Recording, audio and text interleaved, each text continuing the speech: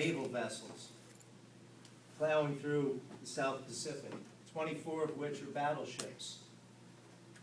On one of the initial landing craft, which consists of a 15-member crew, is a radio man named Marvin Black. That was April 1, 1945, during World War II. He landed it in Okinawa, Japan. He went back there 50 years later. In a very interesting story he shared, he was surprised. He didn't see anyone. 50 years, it was evident to me that he had a sense of tradition and place.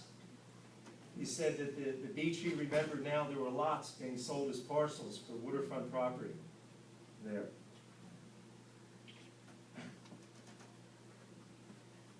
He's a man of integrity. I had a chance to talk with him at some length, and it was like getting a history lesson, and one I appreciated. Following his naval service, he attended Temple from 1946 to 1950. He was a graduate of our health and physical education program.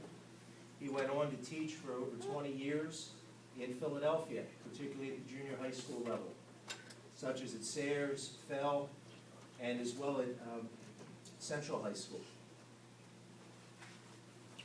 Concurrently with his teaching, he was offering camp experiences to youth. And he has a foundational belief that through camp experiences, individuals get a distinct advantage in life, that it's critical for their development, socially, emotionally, physically, and emotionally. I have to share that during his time as a physical education teacher, to put it in time and place, it was standard to have the white shirt, black bow tie, long black pants, and black shoes. I'm sure he looked very dapper. His experiences with camp started with his father, who purchased a parcel of land up in Greeley, PA, originally owned by an Orthodox Jewish community. His father bears some time in remembering as well. He was a Jewish immigrant.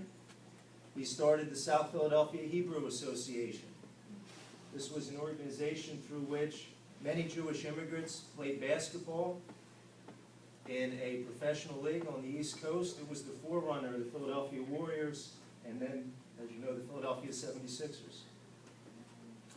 And his dad was an enterprising person who saved up while he was teaching phys ed and purchased these acres of land, over time accumulating them up in that Greeley, Pennsylvania area. And his dad started a camp called Pine Forest Camp, an 8-week camp for boys and girls. And Marvin, as his own time became filled with committing to camp service, started to pull a little bit out of his teaching, started to substitute before committing full-time to his own camp work. And Marvin was an innovator long before other camps in our area or in the country. He attended a workshop out on the West Coast, California, where he first became aware of the need, he thought, to offer shorter camp experiences, 4-week experiences for young people, instead of just the standard 8-week that had been in place to that point. He also had the idea of offering single-sex camps, and he started a Camp Timber Tops for girls and a Camp Owego for boys, and has that 3-camp system to this day. It's in its 83rd year. 4 generations around this table. He has Lee and Anna, his grandchildren there. I don't know, Marvin, why we put you back in the corner. Maybe I see Arnold there. I'm sorry about the association. Maybe that had something to do with it. We'll talk about Mr. Dort. There are Temple collaborations that I want you to know about in relation to Marvin, and one deals with Mr. Dort. Arnold Dort, many of you know, is one of our own alums and Temple adjunct teacher for us in the FEED program. Arnold had an idea. He went to Marvin and said, I'd like to build these things in the trees. Youth will climb on them. Marvin said, what is that? But Marvin saw character, and he's done this time and again with Temple graduates. He instilled a sense of commitment in Arnold, and together they both built some of the initial ropes courses. In fact, the initial ropes courses, which are climbing apparatuses, in his camps in the Poconos. Many other camps in the area and in the country first learned about ropes courses from Mr. Black and his camps. Another individual who Marvin talks very fondly about is Jerry Prosciutti, also a Temple grad, a football player, and an assistant coach. And Jerry also had an idea. He wanted to start a cheerleading camp. Once again, the idea found fertile soil with Marvin. And as Marvin says, over I think 45 years later, Jerry Prosciutti's cheerleading camps are some of the largest in the country. I think serve over about 4,000 young people each summer. The other connection that Marvin has afforded our students to this day, each fall, our teacher education students go for a weekend camp experience to his camps in the Poconos. There they get to practice their skills of knot tying, climbing, and belaying. They also have the experience of teaching youth who are up at the camp at the same time. So our students are getting practical teaching experience, thanks to Mr. Black.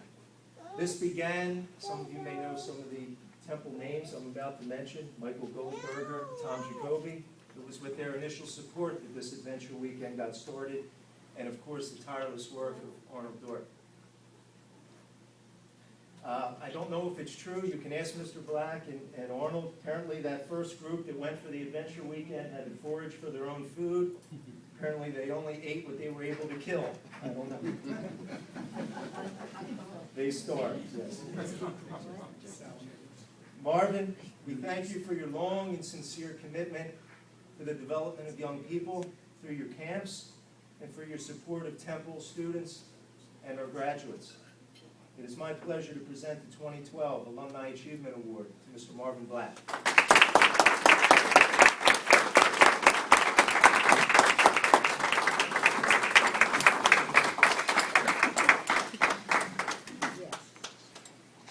You did a better job than I did.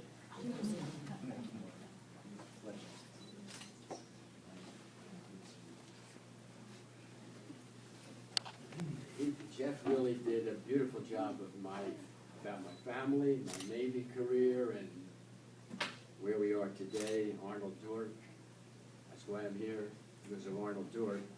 But I'm going to tell you a campfire story. Every summer, we live at camp 3 months a year, and every summer we have the little boys come for a campfire to our home, the little boys another night. And I have a favorite story. I don't tell it every year because I don't want them to hear the same story twice, but maybe every other year I tell the story. When I was a phys ed teacher at Leeds Junior High, it's a brand new school, it's a long time ago, the principal asked me if I would teach the soccer team. We had no soccer team, and I never played soccer. I said, sure. So he said, well, there's a big track meet at the Civic Center, no longer here, it's part of the University of Pennsylvania Hospital. There's a big indoor track meet at the Civic Center, and we would like our students to be in that track meet. I said, okay, you got to get in the uniforms, and we'll practice. So I asked for volunteers. I needed 4 runners. It was one race, 4-man relay, medley relay race. And of course, everybody knows the best runner is the anchor, the last runner. I always ask the kids that, who's the best runner? Where do you put him? They all know he's the last runner. But I had tryouts. We didn't even have a playground. We ran in the hallway. But what I did teach, on your mark, good set, go, I taught them that very carefully. On your mark, get set, go, and then there's a pistol. And then I taught them, I think pretty well, how to pass the baton. How to pass the baton. We didn't have a distance to run. We ran in the hallway when the school was over, 3 o'clock. And they practiced on your mark, get set, go, and how to pass the baton. Well, it was the day of the race. My kids show up, my 4 runners show up. I had tryouts. I picked the best 4 runners, and they line up First runner lines up. There were 4 runners four teams in this medley relay race. First 4 line up, on your mark, get set, go, and everybody gets off to a good start. Pistol went off, and everyone got off to a good start. My team was in last place. They're running around, second place, this is a true story. Second place, couldn't make this up. Second place runner passes the baton to the second runner. My boys are still in last place. Second runner passes the baton to the third runner, and I'm still in last place. The fourth runner, the best runner on each team, gets the baton. And he's running for like the last half a lap. The first runner drops his baton. The second runner trips over the first runner. The third runner dropped his baton. He was bewildered, and I won that race. After I tell that story, I ask the children, I say, now what did you learn from that story? Never give up. They all said, never give up. I said, you're right. Now, the real reason that I'm here, and you know, it happens only once in a lifetime, that you meet someone like an Arnold Dort. He worked for us at a girls' camp. He was the unit leader of the younger girls. Can you imagine that? 50 years ago, having a man running a girls' part of a girls' camp. He was so creative. He woke the kids up every morning in a different manner. Bells, music, whatever. But maybe he'd have everybody go to a different location. But he was very creative. He was a gem. Very confident. And he's the one, as Jeff said, who said to me, I want to build a place where children can climb in the trees. I never heard of anything like that. I'm talking 35 years ago. Never heard of anything like that. I said, who's going to build it? He said, I am. I said, when are you going to do that? He says, on weekends.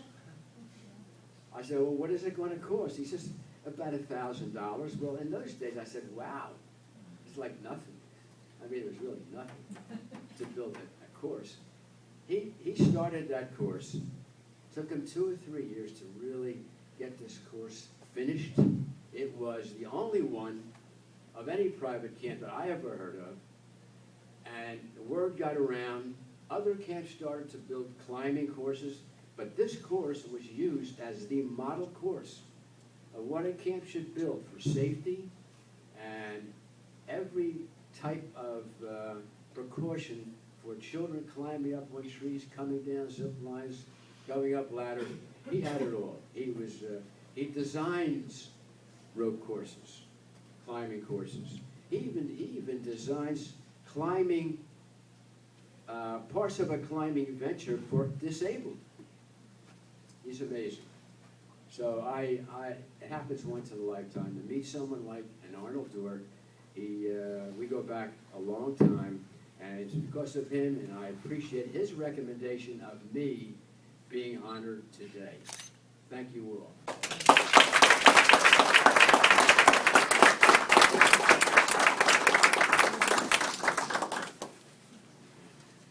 And Dr. Ryan Tierney will present the Young Alumni Achievement.